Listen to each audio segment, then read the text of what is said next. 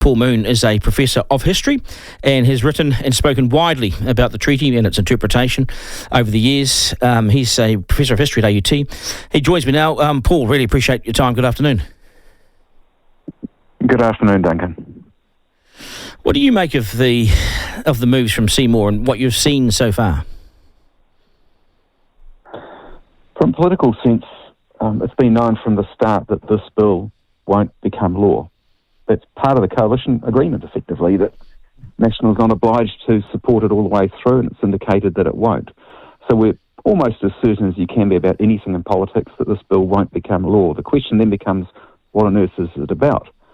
And it could be that this is about starting a discussion. It could be that this is a vote harvesting exercise for the next election, that it gives ACT a prolonged platform through the select committee process and in the media about this issue. I think it's quite succinctly put, actually, to be honest, because I tend to agree with you, and this gives him the chance to talk about ACT's view of the treaty, which I know they would put it in the bin if they could. I think the ACT Party sees it very much as a historic document rather than a working document that we sort of interpret today. This, do you think, has, and you've written about this, social cohesion and so forth over the years, do you think this has the potential to divide New Zealand? Oh, the divisions are there, but the divisions predate this particular discussion. I think it boils down to how you see that relationship. And if you put it into your own personal sense, if you like, if you have a relationship with a hire purchase company, that's a very contractual relationship. Everything you do is in accordance with a very specific set of rules.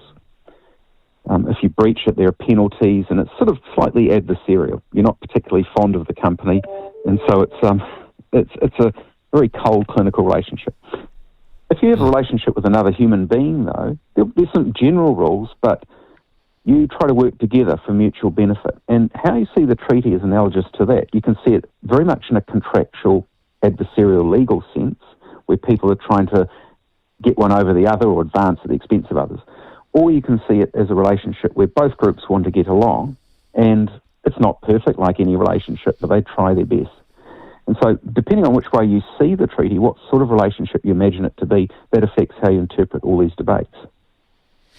How have we interpreted the treaty since the whole modern treaty process from 1975 onwards? How have we misinterpreted under law with the principles of the treaty that we currently observe? Have we misinterpreted the wrong way either way, or what's your take on that?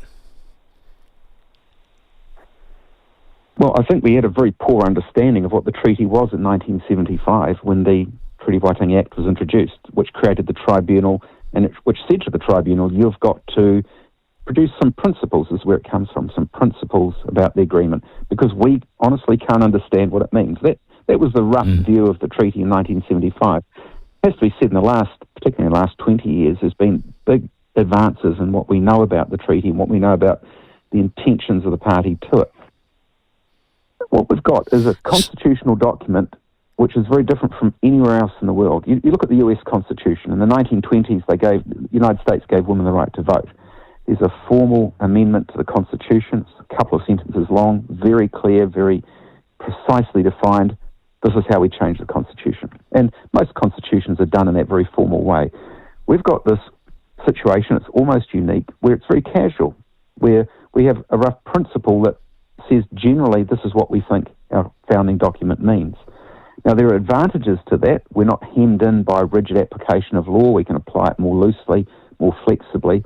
But there are also obviously disadvantages because people disagree about the precise meaning of it. So it's a different way of updating an old constitutional document. Every country has to do that after X number of decades or a century or so. We do it in a particular style. Yeah. I wonder if, so Pākehā will, predominantly interpret this as, you're getting too much, and Māori interpreters, you've stolen everything and haven't given anything back to us. And I wonder if, the truth somewhere lies in the middle, but it all comes down to interpretation, and sort of lawyers can climb all over it, and historians and so forth, and journalists and politicians, and it sort of leaves us none the wiser. I think New Zealanders are completely confused. I think what Seymour's shown us here is that we don't know much about the treaty. We're confused about it, and it's our founding document. Well, you're absolutely right on all those points. Most people don't know much about it. There was a a Prime Minister a few years ago who was asked to name the three articles of the treaty, and that person couldn't. That's not an indictment necessarily on that person, because generally there's not much awareness of what the treaty is about. There also has to be said on various sides some poor actors, people who present a particular version for a particular reason. There's a motive behind that. So not everything is an honest opinion or the product of serious research. There's some quite silly claims made about the treaty. But fundamentally it goes back to that issue of what sort of relationship do you want? And if you start looking at it from that point of view, how do you work on relationships? How do you make them function? And one of the things, and this is no indictment on lawyers, but if a couple's having some problems and each one goes to see their lawyer, well, often that ends in a divorce because the lawyers see some profit in the tension and the separation and so on. Lawyers aren't necessarily the best people to approach treaty issues, surprisingly.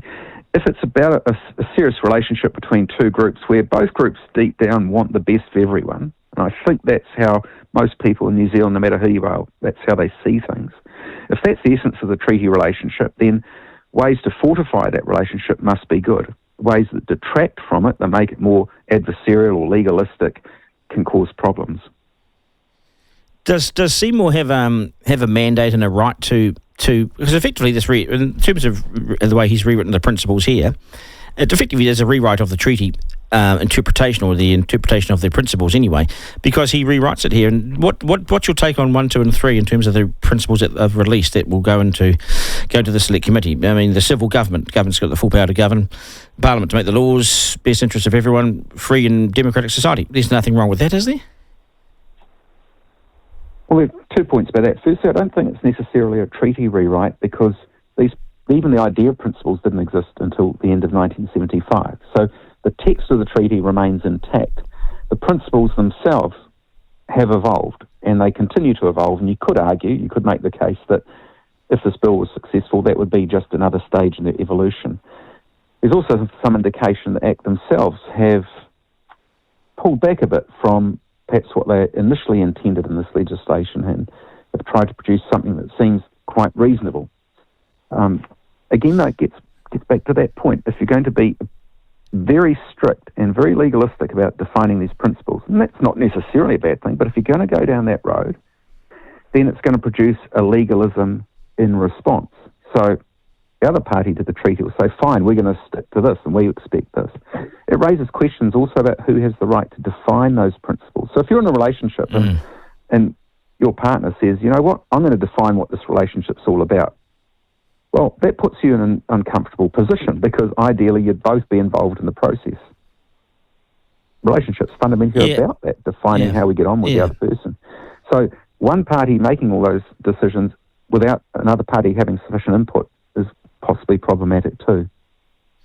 Yeah, I agree, because I mean, if your wife comes to you and says, "Okay, this is what we're going to do this weekend. I don't care what you've got on, but this is our plan for this weekend." Well, hang on a second. This is a partnership, What do you mean? And like this way. Yeah. I know what you're saying. But the principles here, as actors had them, I mean, Māori would say, hang on a second, you are in no position to be rewriting any principles. We want to be at the table for this. And that's an entirely reasonable expectation. If you're a party to the agreement, you ought to be a party to anything that alters that agreement. I think that's a fundamental principle of any agreement. Now, of course, the response would be, well, look, there's a select committee for that. But that's not really a good response, because ideally you'd be involved in the decision-making about what you're going to discuss, not just trying to argue back after the bill's been introduced, after it's gone to select committee.